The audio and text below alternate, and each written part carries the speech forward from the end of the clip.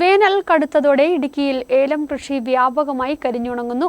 വരൾച്ച മൂലം പെട്ടെന്നുണ്ടായ കൃഷിനാശം ചെറുകിട ഏലം കർഷകർക്ക് ഇരുട്ടടിയായിരിക്കുകയാണ്.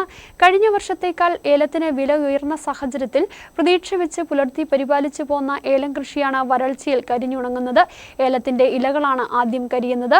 തുടർന്ന് ചിമ്പും ശരവും വെയിലേറ്റ് കരിഞ്ഞു നശിക്കും. വിളവെടുക്കുവാൻ പാകമായ ഏലക്കായും ഉണങ്ങിക്കൊഴിഞ്ഞു വീഴുന്നു.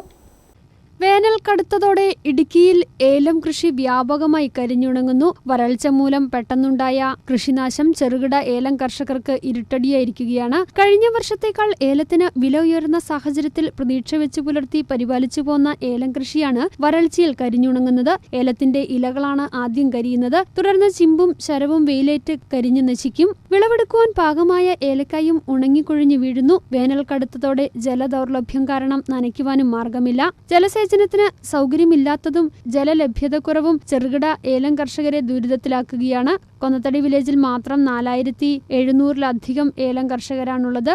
ചെറുകിട ഏലം കർഷകർ ഉപജീവന മാർഗത്തിന് പോലും ബുദ്ധിമുട്ടുകയാണ്.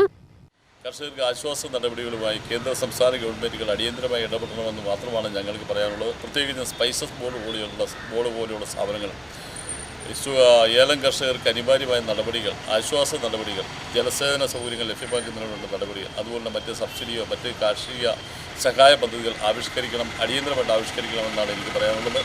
അല്ലാത്ത പക്ഷം സ്പൈസസ് ബോർഡ് ഉൾപ്പെടെയുള്ള ബോർഡുകൾ കേന്ദ്ര സംസ്ഥാന ഗവൺമെൻറ്റുകൾ അല്പമെങ്കിലും നിസ്സംഗത പുലർത്തിയാൽ ജനങ്ങൾ വളരെ ദുരിതത്തിലേക്ക് മാറുന്ന സ്ഥിതിവിശേഷമാണ് ഉണ്ടാകുന്നത്. അതുകൊണ്ട് അടിയന്തരമായി ഗവൺമെൻറ്റുകൾ ഇടപെടണമെന്നാണ് പറയാനുള്ളത്.